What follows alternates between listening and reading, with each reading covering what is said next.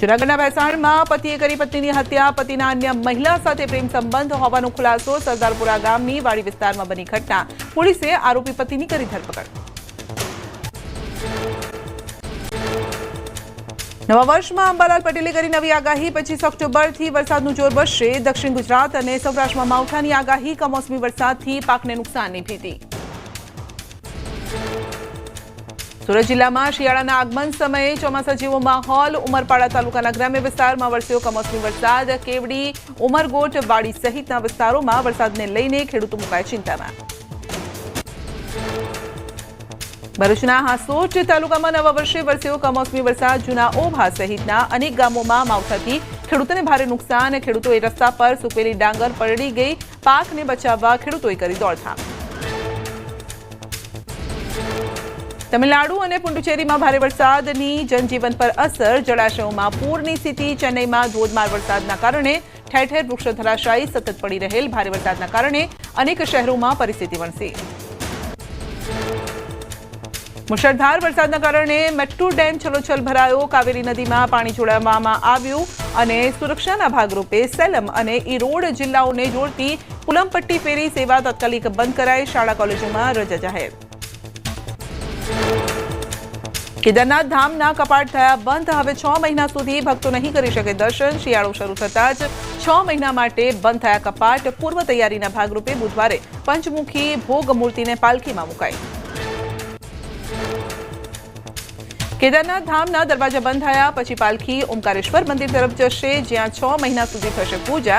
ગૌરીકુંડમાં માં ગૌરી માઈ અને યમનોત્રી મંદિરના દરવાજા પણ થશે બંધ. ગંગાજળ કળશ ગંગોત્રી મંદિરથી પશુપતિનાથ માટે થશે રવાના.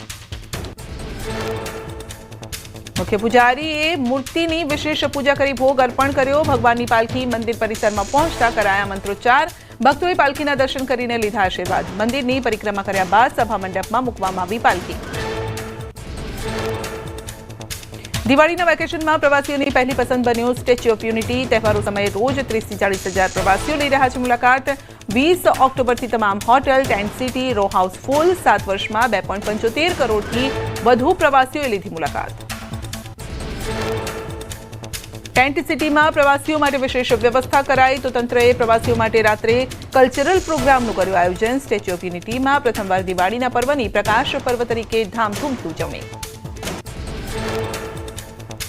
અમરેલીના ધારી આંબરડી સફારી પાર્કમાં જામી પર્યટકોની ભીડ. નવા વર્ષ દરમિયાન મોટી સંખ્યામાં પર્યટકો ઉમટી પડ્યા. દૂર દૂરથી આવતા વાહનો અને પર્યટકોની લાંબી કતાર લાગી.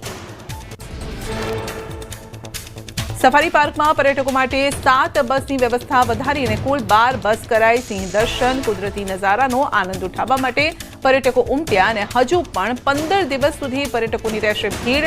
અમરેલી જિલ્લાનું ફરવાલાયક મહત્વનું સ્થળ છે આંબરડી સફારી પાર્ક.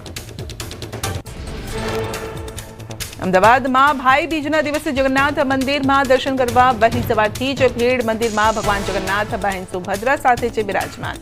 બહેનોએ ભગવાનના દર્શન કરીને ભાઈની સુખાકારી માટે કરી પ્રાર્થના. જામનગરના કાલાવાડ રોડ પર આવેલા રણુજાના ભાઈ બીજ પર ઉમટ્યું ભક્તોનું ઘોડાપૂર. બીજ નિમિત્તે રામાપીરના અન્નકૂટ દર્શન માટે ભાવિકો ઉમટ્યા. રણુજા મંદિરમાં ભક્તોએ દર્શન માટે કતાર લગાવી. બિહારમાં ભાજપનો ચૂંટણી પ્રચાર શરૂ. કેન્દ્રીય ગૃહમંત્રી અમિત શાહ પટનાની મુલાકાતે. 24 ઓક્ટોબરે સિવાન અને બક્સરમાં યોજાશે જાહેર સભા. 25 ઓક્ટોબરે નાલંદા, મુંગેર, ખગરિયામાં કરશે પ્રચાર. પીએમ મોદી 24 ઓક્ટોબરે બેગુસરાય અને સમસ્તીપુરમાં યોજશે ચૂંટણી સભા.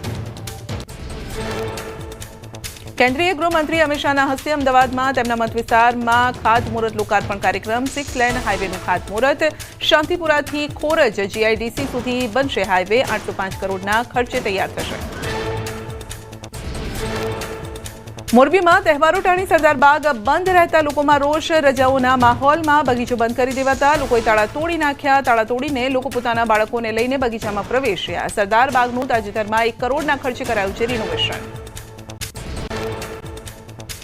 રાજકોટ મહાનગરપાલિકા વર્ષો પહેલા બનાવેલા આવાસોનું 16 કરોડના ખર્ચે કરી રહી છે રિનોવેશન. 15 વર્ષથી ખાલી 1056 સરકારી આવાસ આગામી 10 મહિનામાં થશે તૈયાર. નિયમ મુજબ જરૂરિયાતમંદ લોકોને કરાશે આવાસની ફાળવણી. સંઘ પ્રદેશ દાદરાનગર હવેલીમાં સ્થાનિક સ્વરાજની ચૂંટણીને લઈને મામલો ગરમાયો. કોંગ્રેસ અને અપક્ષ ઉમેદવારોના ફોર્મ રદ થતા હોબાળો થયો. સેલવાસ કલેક્ટર કચેરીની સામે ઉમેદવારો અને તેમના સમર્થકોએ કર્યું વિરોધ પ્રદર્શન. રાજકોટ શહેરમાં દિવાળીની રાત્રે ભક્તિનગર સોસાયટીમાં રહેણાંક મકાનમાં થઈ ચોરી. આ સાથે જ સોની વેપારીના ઘરે અજાણ્યા વ્યક્તિએ કરી ચોરી. ભક્તિનગર પોલીસે તપાસ હાથ ધરી. સરકારે પાક નુકસાન માટે જાહેર કરેલા કૃષિ રાહત પેકેજને લઈને વાવથરા જિલ્લામાં ક્યાંક ખુશી ક્યાંક ગમ. ખેડૂતોએ સરકારનો માન્યો આભાર તો કેટલાક ખેડૂતો અને કોંગ્રેસે સહાય પેકેજ ખૂબ ઓછું હોવાનો કર્યો આક્ષેપ.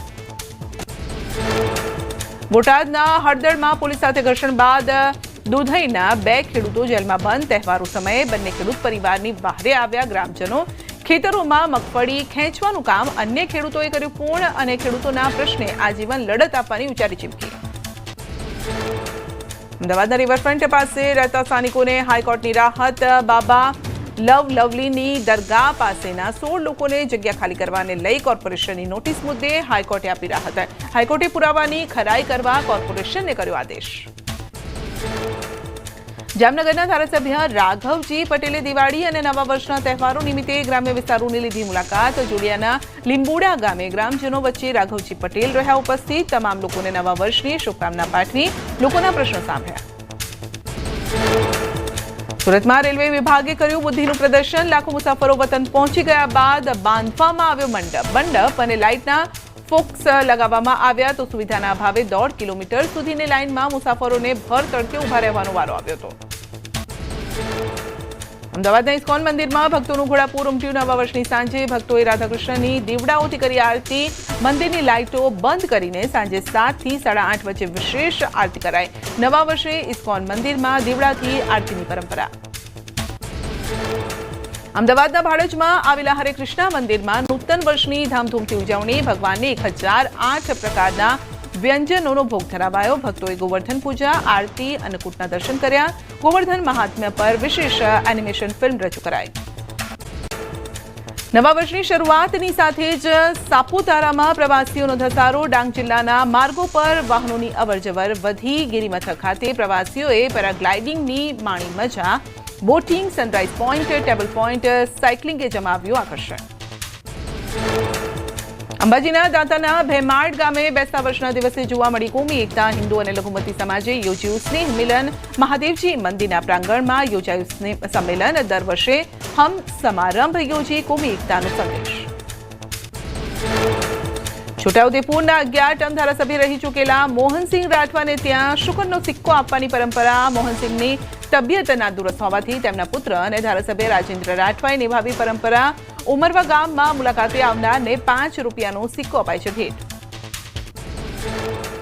વલસાડમાં કપરાડા અને ધરમપુર જેવા આદિવાસી વિસ્તારોમાં ઘોર નૃત્ય કરીને નવા વર્ષને વધાવાયું. ધારાસભ્ય જીતુ ચૌધરીના નિવાસસ્થાને જાહેર કાર્યક્રમનું આયોજન. સમાજના લોકો નવા વર્ષની સાથે પાકની ખુશીમાં કરે છે આ નૃત્ય.